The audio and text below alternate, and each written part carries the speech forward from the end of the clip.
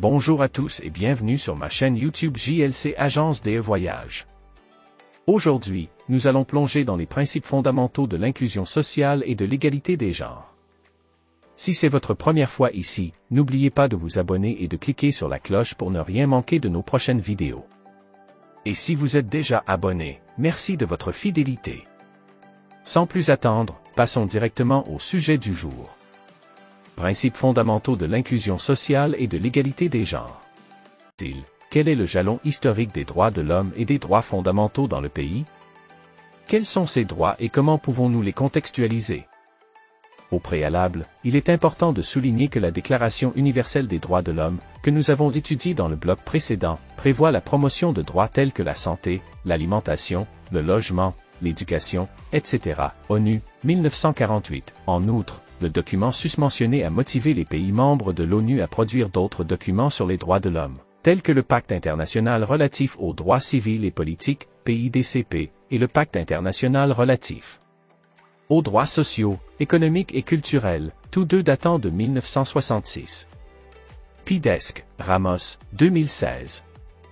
Le PIDCP prévoit, par exemple, le droit à la vie et le droit de ne pas être soumis à l'esclavage et à la servitude. Le PIDESC prévoit déjà le droit au travail, le droit à l'éducation, à la culture, entre autres droits sociaux.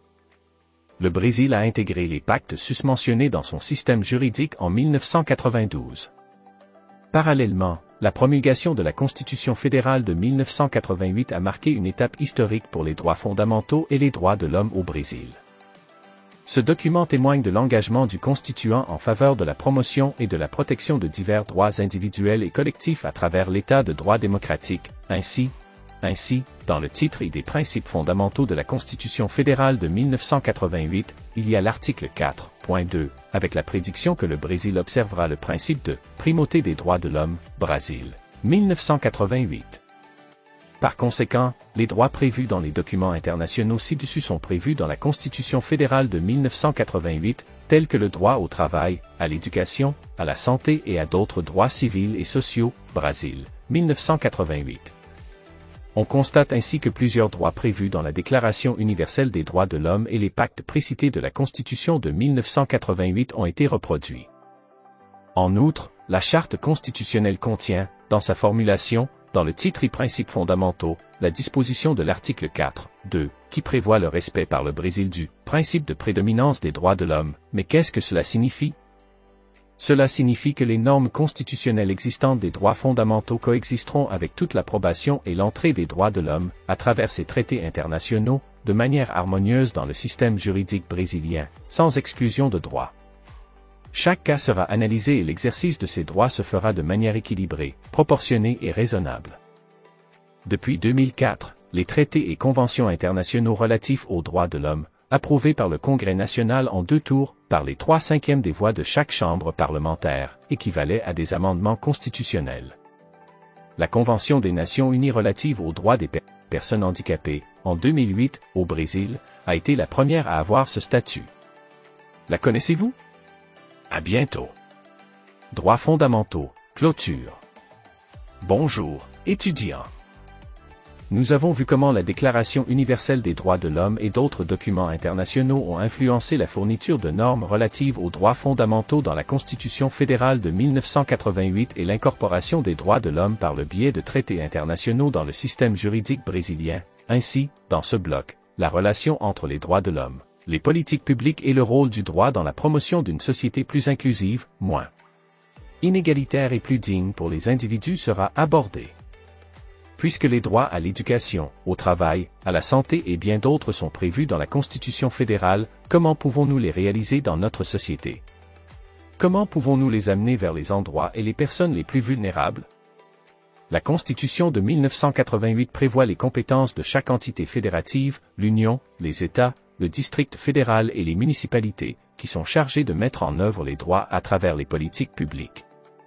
Au niveau local, la municipalité est responsable d'offrir l'enseignement primaire et l'éducation de la petite enfance, comme pour les États et le district fédéral, l'enseignement primaire et l'enseignement secondaire, Brésil, 1988.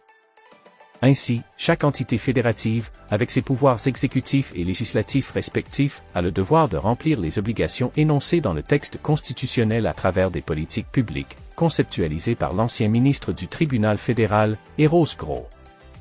L'expression « politique publique » désigne l'ensemble des actions de l'État, recouvrant toutes les formes d'intervention du pouvoir public dans la vie sociale. Et cela s'institutionnalise de telle manière que le droit lui-même, dans ce contexte, commence à se manifester comme une grande politique publique. Le droit est aussi, lui-même, une politique publique. GRAU, 2011 et Almeida, 2017, p. 162. Exemplaire. À titre d'illustration, puisque le droit à l'éducation est un droit fondamental et prévu dans la Constitution de 1988, son application se fera à travers des politiques publiques, telles que le Plan national d'éducation, au niveau national, le Plan d'éducation de l'État, au niveau des États et du DF, et le Plan d'éducation municipale, un devoir des municipalités. Les connaissez-vous? Voyez-vous que ces droits suivent une ordre. Exemplaire. À titre d'illustration, puisque le droit à l'éducation est un droit fondamental et prévu dans la Constitution de 1988, son application se fera à travers des politiques publiques, telles que le Plan national d'éducation, au niveau national, le Plan d'éducation de l'État, au niveau des États et du DF, et le Plan d'éducation municipale, un devoir des municipalités. Les connaissez-vous? Voyez-vous que ces droits suivent une logique, depuis la Déclaration universelle des droits de l'homme jusqu'aux municipalités brésiliennes? Votre quartier a-t-il une école? Ainsi, puisque ces droits sont considérés comme fondamentaux et sont exigés par les pouvoirs publics, dans la mesure des compétences de chaque entité fédérative, la violation et le non-respect de ces droits, que ce soit en raison du manque de postes vacants ou en raison de la fermeture des écoles, ou par manque d'accessibilité pour les étudiants handicapés, doivent être examinés à travers des alternatives que la Constitution fédérale elle-même prévoit, de manière administrative, extrajudiciaire ou judiciaire, par des organismes tels que le ministère public, le Bureau du défenseur public, l'OAB et le pouvoir judiciaire, demande au Conseil des tutelles, dans le cas d'enfants et d'adolescents, en plus des commissions des droits des conseils municipaux, des assemblées législatives des États, du Congrès national, etc. Les corps ci-dessus seront étudiés dans les prochains sujets. Connaissez-vous quelqu'un dont le droit à l'éducation a été violé? Nous avons ainsi terminé la première étape du cours.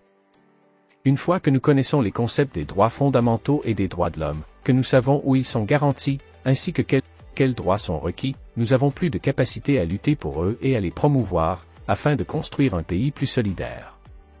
À plus tard. Bonjour, étudiants. Nous avons couvert, en 3 blocs, le cadre historique des droits fondamentaux et des droits de l'homme, ainsi que leurs concepts et leur place dans la Constitution fédérale de 1988. De cette manière, nous sommes déjà capables de les exiger, tout en sachant qu'il y a le devoir de les garantir. Ouf! Maintenant, vous êtes notre invité pour regarder la vidéo réalisée avec les principaux sujets abordés en cours, tels que la Constitution fédérale de 1988, les droits fondamentaux et humains et les politiques publiques. On y va ensemble? Le droit comme mécanisme pour garantir l'inclusion sociale. Introduction.